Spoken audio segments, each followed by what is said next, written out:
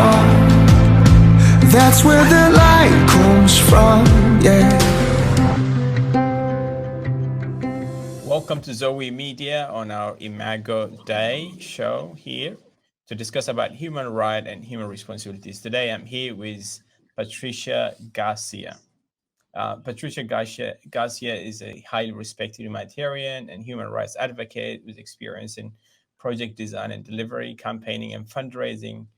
Patricia has worked for more than 20 years in some of the world's most dangerous conflicts, including Afghanistan, Bosnia, Kosovo, Rwanda, South Sudan, Thai-Burma border. She has been appointed as an officer of the Order of Australia in 2016 and was a finalist in 2016 New South Wales Australia of the Year Awards for her contribution and services to the international humanitarian aid and development sector over the 2 decades.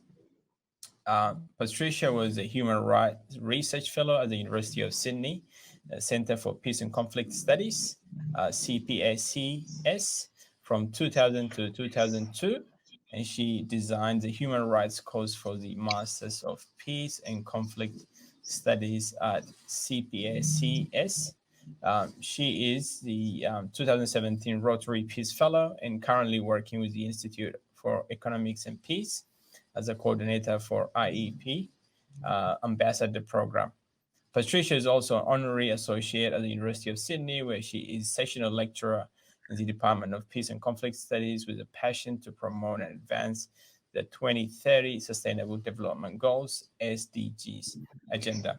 So welcome, Patricia, welcome. Thank you very much, Daniel, and thank you for inviting me to speak today.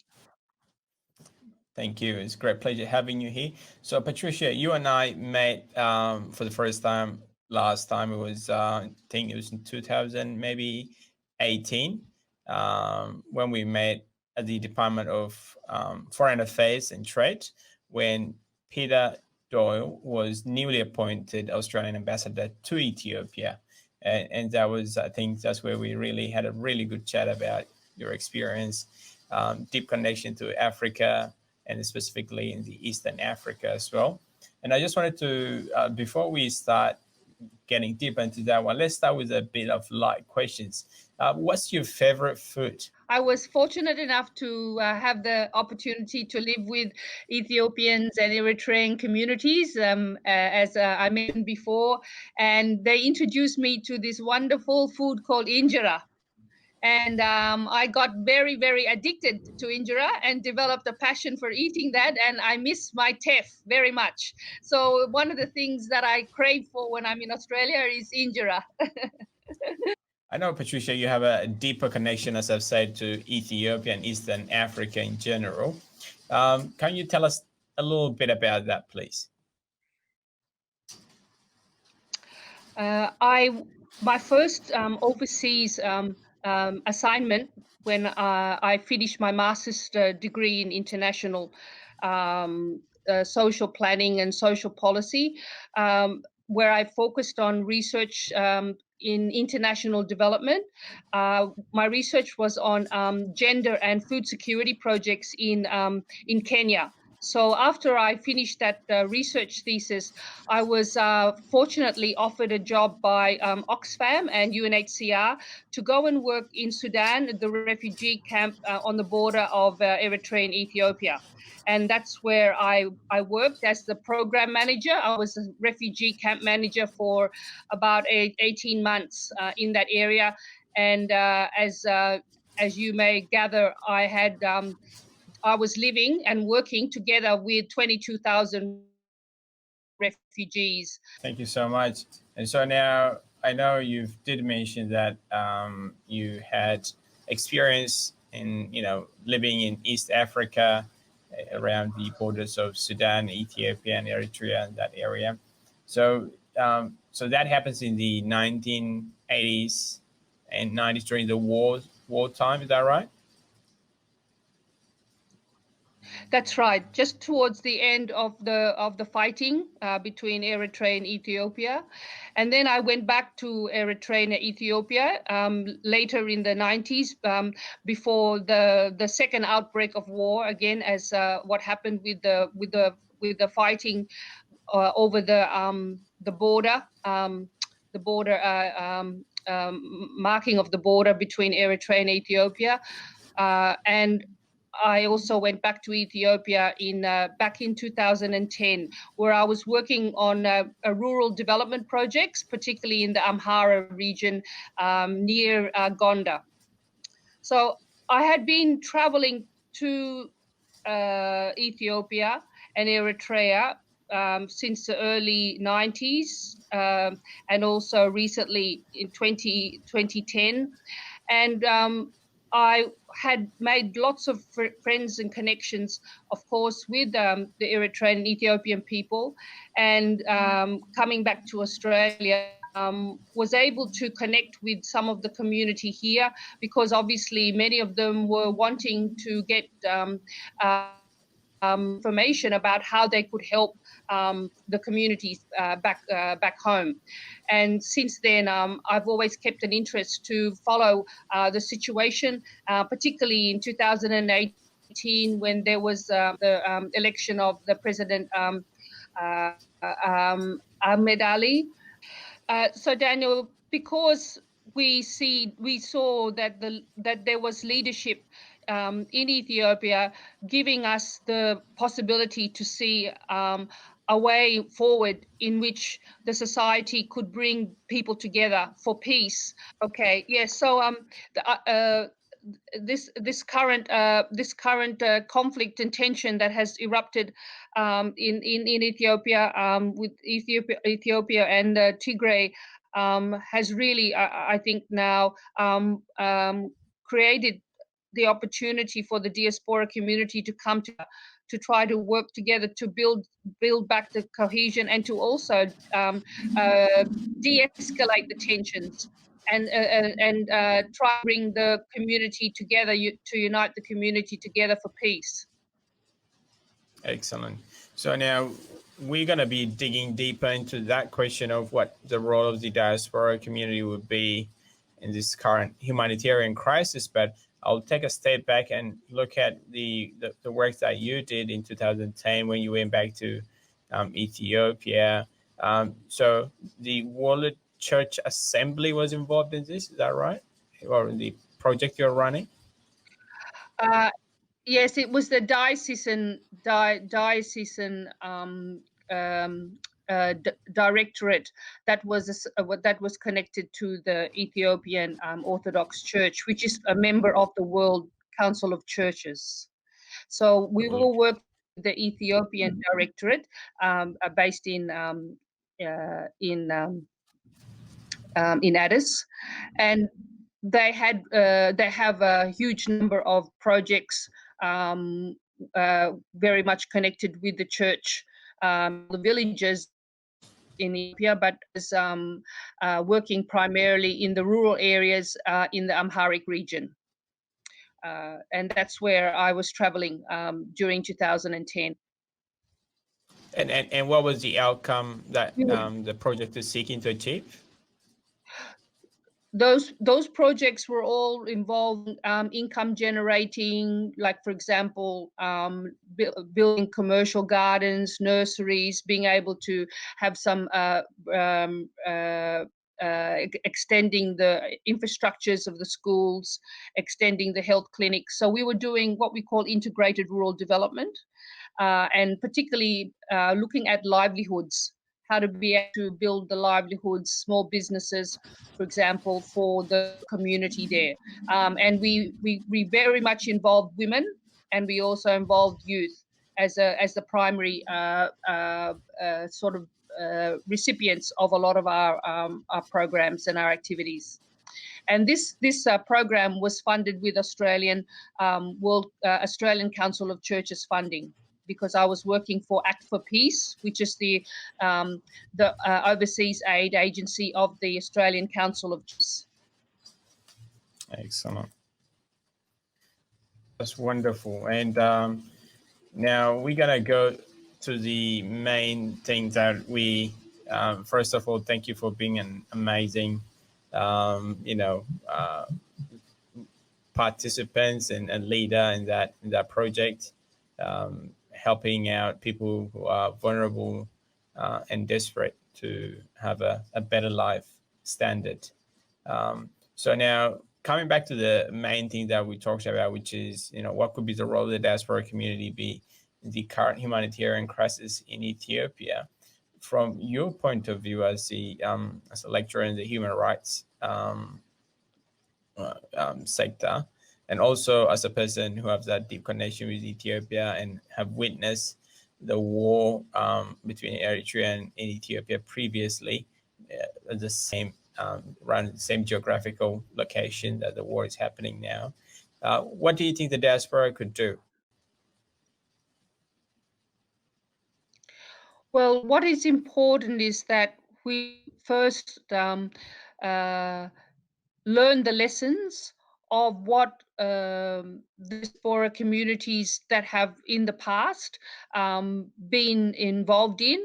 For example, there have been diaspora communities in other countries who have been involved in dealing with the conflict in their country of origin, and also previous experiences to find out first which of the diaspora communities, for example, the Ethiopian community in America or Canada or UK or Europe, many of them may already had some experiences with conflict, because like everything, when you want to look at the future, you have to start from looking back.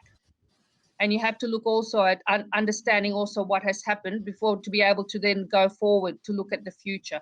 And so you have to look a little bit at trying to see the lessons learned. And I think this is important, Daniel, because we don't want to reinvent the wheel, come together and not be able to learn the lessons of what people have done already, so that we don't have to be repeating the same mistakes or making the same, doing the things that perhaps have already we've learned from. And then we can also look at being innovative and creative. And diaspora communities, as you know, they're not homogenous. They are very mixed, diverse people in a community. So one of the things we have to do is to find out who is the diaspora community who wants to come together, and who are they, who they represent, because it's a situation where there may be many people who have got particular interests, and it might be very different to others. And if we are going to form a diaspora that wants to work on trying to assist to build peace back home, it's important that the members of the diaspora have to have a shared common vision, and they have to be able to work together and be able to ensure that they have a purpose. It's not just groups of people coming together just because they want to talk about the problem. It's about coming together because you want to solve the problem. And for this reason, coming together as a diaspora, you must have a purpose and you must have an outcome why you want to come together as a diaspora. So this is a very critical part in being able to become an effective diaspora. Otherwise, you could just have diaspora communities that are just coming together, but at the end, and some of them may actually create another problem, not actually solve the problem back home.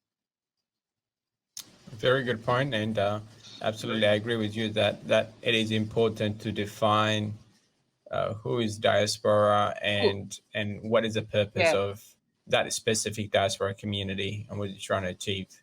And from your involvement with different diaspora groups, because overseas you've been involved in, in Sudan, South Sudan, Bosnia, Ethiopia, Eritrea.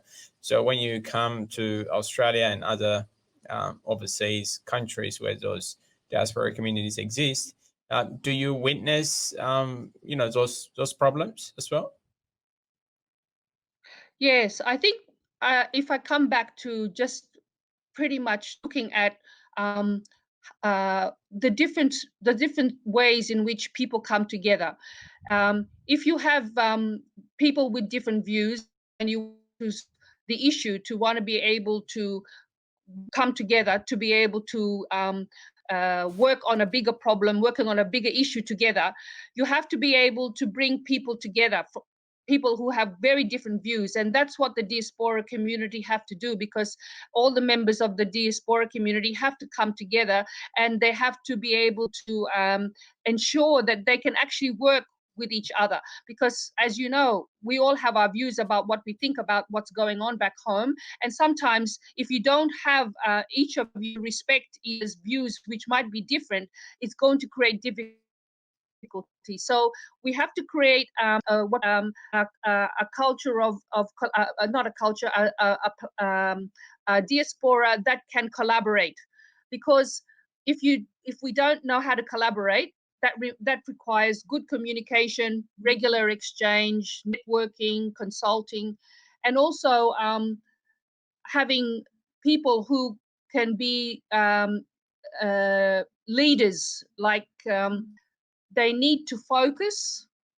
They need to be able to read the communities that they're representing. In other words, if you're representing one particular group or one area or whatever, you can actually say that you can represent them, because otherwise you're speaking on their behalf, and it's important that you are able to represent whoever group or community that you are a part of.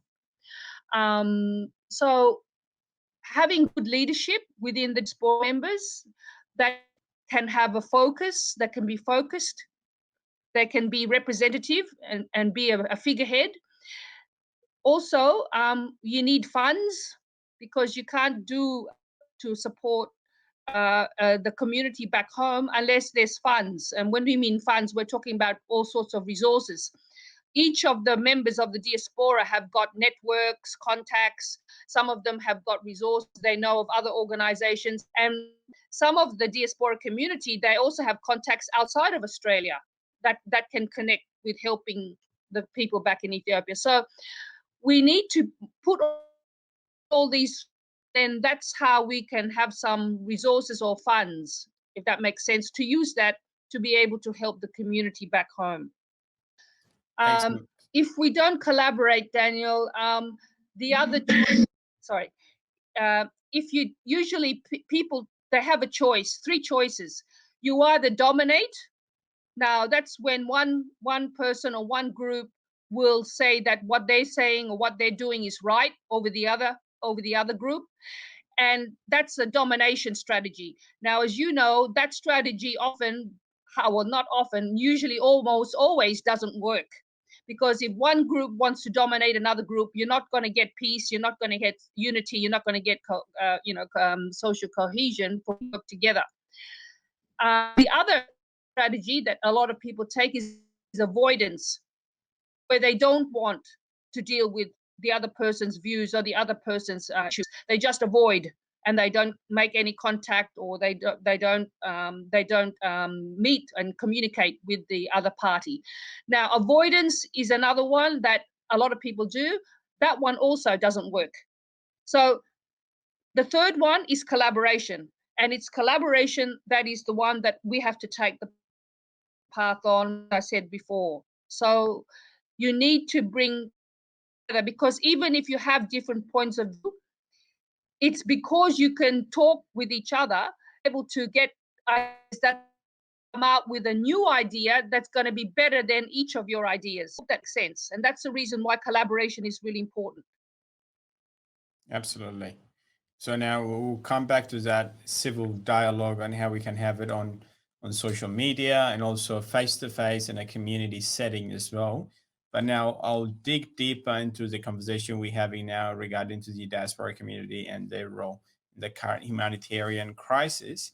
So one of the things that having fragmented community here, partly reflecting the fragmentation that's happening back home, is a mirroring that, and sometimes fueling further division within the community, even though at least we are in a better position to be exposed to different human rights laws, and also the fact that we've lived overseas and understanding the principles that underpin multiculturalism, and also able to resolve our dispute without violence. So now I was just thinking, is there something that you could speak into this matter, in terms of how do we stop fragmentation that happens here that mirrors the violence that's happening back home? I'm looking at your title as Imago Dei, Human Rights and Responsibilities. I think there already starts the important human rights, educating the diaspora community, and of course the all communities, but because now we're talking about the diaspora community, working with the diaspora community to educate them about their human rights and their fundamental freedoms, because this is extremely important if we want to build a culture, a community of peace. And communication strategy with a very strong emphasis on human rights and building a culture of peace and non-violence would be a good start. And that communication strategy can be by the diaspora community, together with the diaspora community, of course. Yeah, excellent.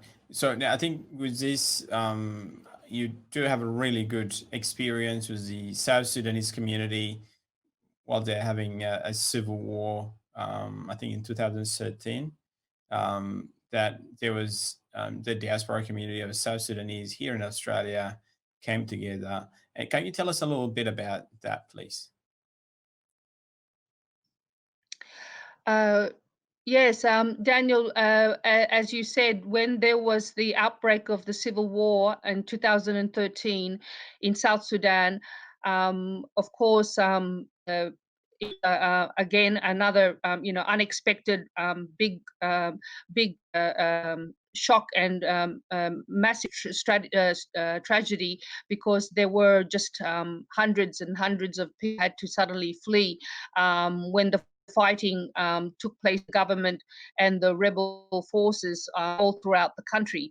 And the diaspora community here were already, having to deal not only with their issues back here, but then suddenly having to hear about loss of their family, their mother, grandparents, and in many ways wanting to bring the community together to try to see what they could do, because the casualties and numbers of people that were dying was just getting bigger and bigger. And the opportunity came because I had just returned from working in Sudan and South Sudan, for me to call a meeting of the key leaders just here in Sydney, because I was in Sydney, and asked them to attend a workshop at Sydney University just to get them together. And it was the start of just hearing, and most of the time it was all about listening, Daniel, because that is one very, very, I think, important role that diaspora can play, is to each person's own stories about what is happening for them, particularly those who are being directly affected by the conflict, and being able to provide some support in terms of just being a sounding board and listening to their stories, so we can let the voices of the community be heard. And that is one good way that we were able to bring leaders together, and as a result of that, start to look at how they can work with other organizations like the NGOs who are working in South Sudan, and then working with the Australian government, who was interested to provide assistance. But we went to the Australian Parliament House in Canberra to actually meet with the Australian members of Parliament, who didn't know very much about what was going on in South Sudan. And we actually held a seminar for the Australian parliamentarians in Canberra. And as a result of that, a friendship society was formed between the Australian parliamentarians and the South Sudanese community. Mhm. That's a wonderful outcome. Absolutely. Wonderful. So now I guess that is something that other community have done that potentially the Ethiopian community also could do to de-escalate the violence and also reduce the humanitarian crisis that's happening at the moment? It's not going to be an easy situation at all, Daniel. This is a very challenging situation, I think, for the community. But what would be a start is to actually have the diaspora to make sure that the information that they get and the information that they share and exchange with each other and to the public is actually the truth. It's very important that what information we're getting, that the information is definitely accurate, and that people know that what information the diaspora is collecting is actually the information that everyone knows to be the case, because that's one of the things that we have to make sure we avoid, is that information that is coming out about what's happening. And that's only because I heard that there has been a big media blackout and blitz, and it's often very hard to get information. And as you know, Daniel, one of the pillars of positive peace is free flow of information. If we want to be able to have peace and to reduce the conflict in a country and to be able to reduce violence, we need to have free flow of information. So that's one of the things first that we need to be able to get, because one is getting information, and how that information is put together to make sure that the information is accurate is a very important, I think, job that needs to always check by the community here. Once that information is there, we need then to be able to get everyone to be able to accept and be able to respect that, because often there will be people who will challenge that and be differences. And that's what I mean about how you handle the differences, because later on, as a community, you need to be able to accept the fact that there will be people who will have different opinion. They may provide different information, and it's how you actually deal with it. At the end, it's not saying that we need to not we not accept other differences. The idea is we have to accept the differences, that there will always be some of that, but we need to look for the truth, because if you want to have peace, you have to seek the truth. That is part of having peace. We need to seek the truth first, and that's one of the things that I think the diaspora community can work on before we start really decide, well, who should be doing what, when we actually need to know the facts. So getting the facts, Daniel, is actually it requires quite a lot of work, because people need to be on the ground checking all the time. Absolutely. And I think that's a very well said when you say peace seeks truth. The foundation of that positive peace we talked about is that truth, that they need to be that facts that we lay as a foundation. And I think Imago Dei, this Zoe media is all about, even our motto is truth made public. That is our motto. Is so it's the really importance of emphasizing that we need to, the truth is uncomfortable, the truth is confronting, the truth is very disappointing at times, but it is the truth, therefore we have to accept it. And I think forming Yes, tribalism or that's forming right. forming groups And and accepting, saying that this is the truth of our group, it's not going to take us anywhere. It has to be that objective truth that we need to come around to form that unity as a nation, as that's right. Ethiopians. And why we need to listen to everybody, and we should not be silencing people. We should let people speak. It's because by letting people speak, we are hearing everybody's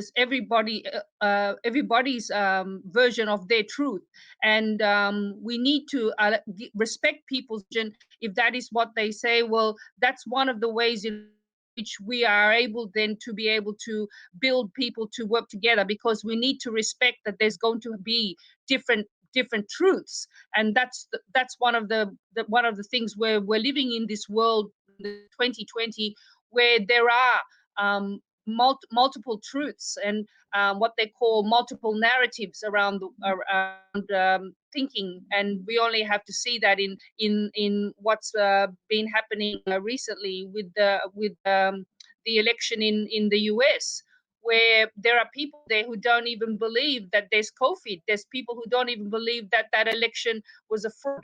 I mean, there is a very different way in which we need to let what is the truth. So this is the first thing we need to be able to work together, to be able to listen to individuals about what is the truth to them, for them. And I think, Daniel, with truth, then comes justice, then comes reconciliation. And all of these are necessary elements to be able to achieve and to work towards peace. You won't have peace unless you seek the truth, you seek the justice, and you also have this reconciliation. This is very important. Absolutely. And I think that could be the justification, or it could be the root cause of those violence appearing again after a generation, because those root cause of the conflict has not been resolved, has not been discussed, and a single narration That's of right. the matter has been has been used, and multiple views and a diverse understanding of history and reality has not been welcomed. So I guess that's something that we need to learn as the, especially as a diaspora community. We have to whom much is given, much is required. So we have received much by coming to a country like this. Made in the image of God. That's where the light comes from.